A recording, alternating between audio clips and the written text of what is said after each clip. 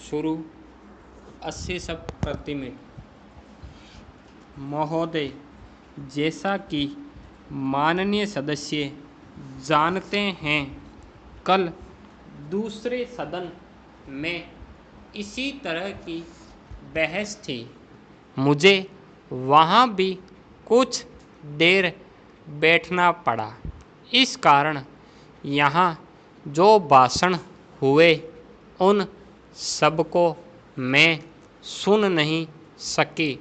मुझे सुनकर दुख है कि कुछ माननीय सदस्यों ने इस अवसर पर भी हमारे विदेश विभाग को बुरा भला कहा, सेवाओं पर दोषारोपण करके सरल रास्ता निकालने का प्रयत्न ऐसी प्रवृत्ति है जिसकी मैं निंदा करती हूँ। मैं यह नहीं कहती कि हमने गलतियाँ की है और हमारे सभी प्रतिनिधि हमेशा योग्य ही होते हैं। जब गलती हो तो हमें उसे अवश्य बताना चाहिए, लेकिन सदा आलोचना करते रहने से निरुत्साह पैदा होता है और मनोबल गिरता है। हमें उन औजारों को ही कुंठित नहीं कर देना चाहिए जिनसे हमें काम लेना है। देश और विदेश में हमें काम तो करना ही है। हम अच्छी तरह जानते हैं कि पाकिस्तान के शासकों को दी गई हर सहायता बांग्लादेश के निर्दोष लोगों के विरुद्ध इस्तेमाल की जाएगी। पैरा, इस अवसर पर हमारे प्रतिनिधियों ने परिश्रम से बहुत अच्छा काम किया है। प्रस्तुत परिस्थितियों में वे जितने प्रभावी हो सकते थे हुए हैं।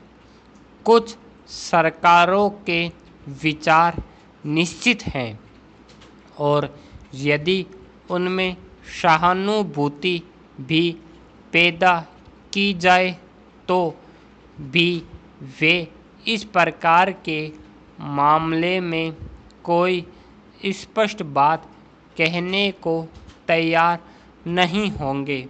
मैं कहना चाहूँगी कि हमारी उन सेवाओं ने जो वर्तमान स्थिति से निपटने में जुड़ी है, साहस और समर्पण का परिचय दिया है। पैरा, यदि कुछ माननीय सदस्यों को गाली देकर और सरकार पर साहस, दिशा और यहाँ तक कि समझ की कमी का आरोप लगाकर कुछ संतोष मिलता है तो मैं उन्हें इससे वंचित नहीं करना चाहती।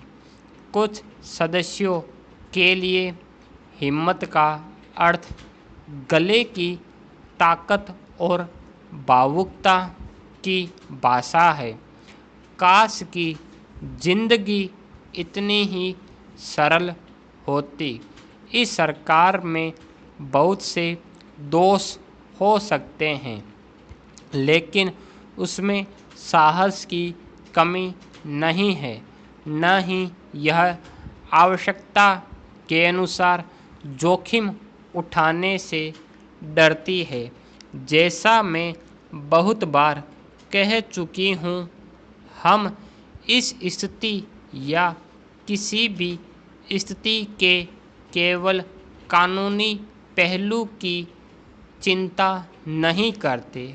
हम चिंता करते हैं केवल एक ही बात की और वह है हमारे राष्ट्रीय हित, सुरक्षा और स्वाभाविक रूप से बांग्लादेश के बहादुर लोगों की सुरक्षा। इसी कारण से शांति से काम करने का महत्व है। स्टॉप।